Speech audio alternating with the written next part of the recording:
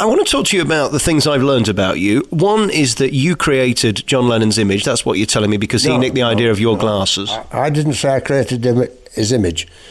The Beatles, when they lived in Liverpool and before they became famous, I had a disco in Manchester called the Three Coins, and it was in a street called Fountain Street, 3 coins in the fountain. And they came and played there. Nobody knew them at the time, and lo and behold, I was on a TV show, their very, very first TV show. And when I got back to Manchester, my lad said, "Were them Beatles?" And I said, "Yes." They worked here. I said, "Give over. Never work here." He said, "Yes, they worked here twice." And I went and got the wages book, and it said, "Beatles, £5. That's all they got to travel from Liverpool." And it said underneath, "Went down well." So they came back 3 weeks later for £15. Right? So they were my pals, but they were my pals in a more deeper sense than pals, because I was part of their early life. And then I did my thing and won all the awards that I won. I've won about 140 different awards, right? And they did their thing, so there was a rapport between us. And shall I tell you a quick Beatles story?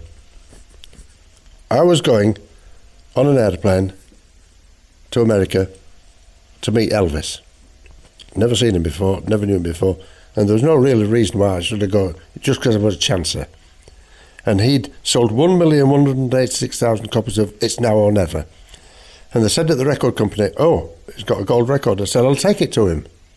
And they said, "What do you know about that?" I said, "Well, I'd actually won an air trip to Los Angeles for something that I'd done. And he lived near there, so I said, I'll take it to him." And I managed to get hold of a telephone number where somebody who knows Elvis in his business might know where he was. That's all I had, just a scrap of paper. And on the same plane that I got on, by an amazing fluke, were the Beatles. They were going to America, and Cilla Black. So we all had this great meeting down at London Airport. Oh. So we're flying away, and it was one of them boring periods. And John comes and sits down and says, "All right, King Solomon, what are we doing wrong?" Which was something to say, because, I mean, they were top of the world, you know. And I said, he said, "Oh, come on, what are we doing wrong?" I said, "Well, John, you're flying 3,000 miles to work. And I'm going to see a fella called Elvis who lives in America, and he doesn't even go there. You can get Elvis out of the sunshine and this and the other. His records, yes. And you can check out the Beatles never toured again. Individually, they did, because Paul liked touring, right? But the Beatles, as a group, never toured again, because I was going to see a fella that lived in America and never even went there. And they were flying 3,000 miles. To what? To earn money for promoters, to earn money for agents. But what were they doing for themselves, except travelling 3,000 miles?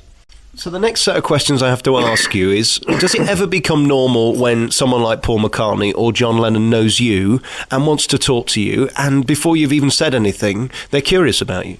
Well, I don't know whether they're curious or not. I think they might want to know something in relation. I mean, John came and sat with me because he wanted to know if I could suss out and diagnose what they might be doing wrong.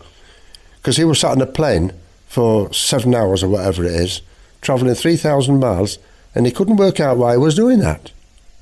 But he suddenly realised he was doing it to make money for other people that he didn't even know. But can't you see how special that makes you, that despite all those people around him, half of which were having him sat there do that, he chose you to ask that question?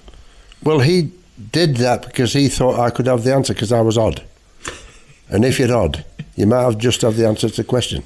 You see, I never ever thought, for instance, that I was clever. Tricky, yes. I'm a very tricky fella.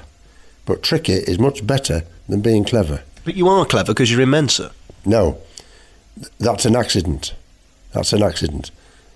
And if you are clever, you can slip up because you're clever. But if you're tricky, you don't slip up, You never slip up if you're tricky.